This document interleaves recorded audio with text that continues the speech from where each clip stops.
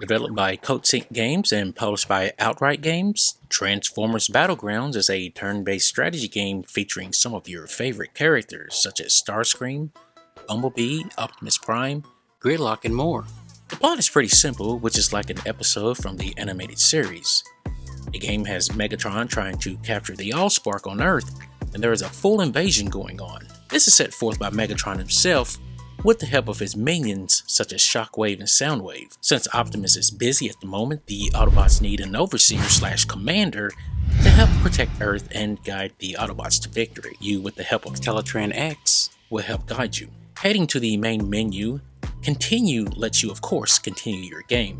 Mission Select lets you choose to replay some previously completed levels along with picking a difficulty. Arcade mode lets you play local with another player in a few modes such as Capture the Flag, Energon Capture, The Last Stand, and a few others. There is no online component to this game. Wheeljack Lab lets you apply different fighting methods to your character squad. Picking one will have a description of what it does, and it has to be bought with in-game currency to be used. Not all abilities can be used by everyone.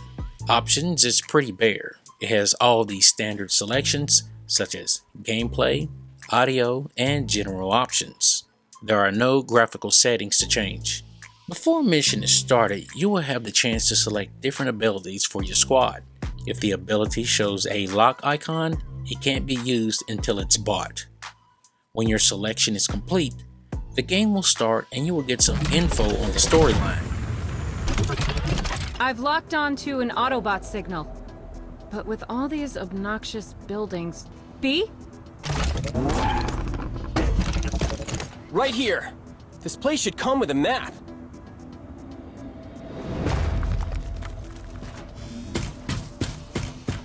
What was that?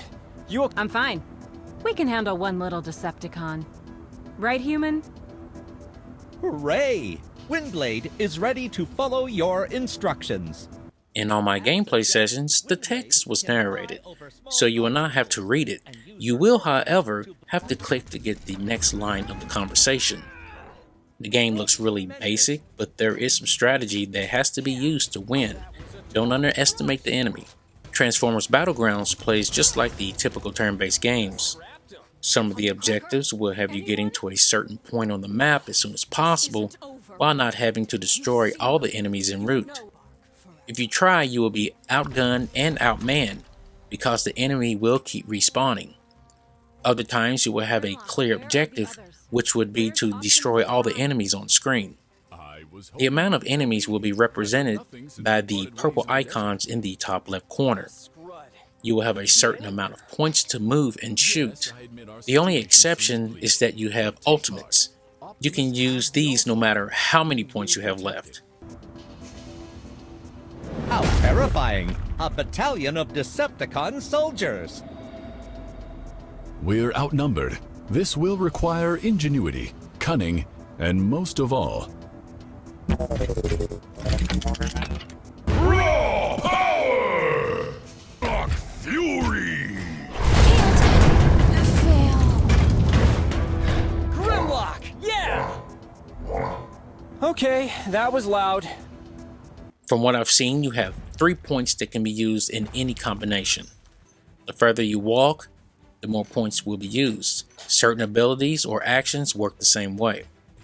You will have to use your points wisely, as a couple of bad choices can cost you the mission by having one of your team members out of commission. In the beginning, there was no Overwatch or Guard mode, and after a few rounds, it was unlocked. Off to the left, there is a bar that starts to fill up as your characters perform attacks. When this bar gets to 50% or 100%, it can be used for an ultimate attack. Unused points that are not used before you end the turn will be converted to this bar, which is called Energon. As you know, the game is played from an overhead view. You can move around the map using the WASD keys along with the mouse to perform actions. The map can also be rotated. There is no tilting of the map, just a zoom feature. The enemies of the game are the standard bad guy goon, ranging from brawlers to ones that utilize long-range weapons. Take care, as these Decepticons can pick you off very quickly, and there is no healing or reviving if you go down. This option may be available later in the game, but as far as I know, it's absent. But to be optimistic, it might be an ability that might show up later in the game. As far as performance, this game was running on the Acer Nitro 5 with the 1650 Ti. FPS was locked to 60 FPS, and there was no way to change it, and I also didn't see a need to. Temps stayed between 55 and 60C with the fans on auto. As for the i5-10300H, temps got up to 51C. Wow, wouldn't it be nice if all games ran this cool? And as far as I know right now, there are no reviews for the game, and I'm sure they will be coming very soon as it's on many platforms. In my opinion, it's an okay game, maybe suited to a younger audience that want to experience turn-based games with one of their favorite shows. This doesn't mean it's easy though. It's just that there is not enough depth for the diehards or the veterans of these types of games. What you see is what you get in the menus. At the most, the action menu might go down 2 menus deep, and that's just to confirm the Overwatch mode. The graphics of the game has a cel-shaded look, but not completely. The music is okay, but it's nothing that I'll remember tomorrow. Okay. Incompetent peons! Megatron lied to you, Starscream. He doesn't care about Central City. The Allspark isn't here. You're a diversion. A puppet. No! Decepticons! With me! I think that got his attention. Get ready!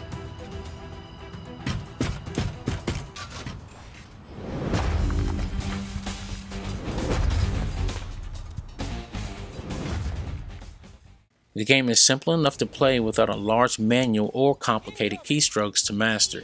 The battles will not only take place in the city, but on Cybertron itself along with some other locales. This is good, as some games will have you just fighting on the same landscape, which could get uninteresting real fast. Gamers who play XCOM and games alike may want to skip this, as you will become bored of the lack of different weapons, lack of customizations, and deep gameplay.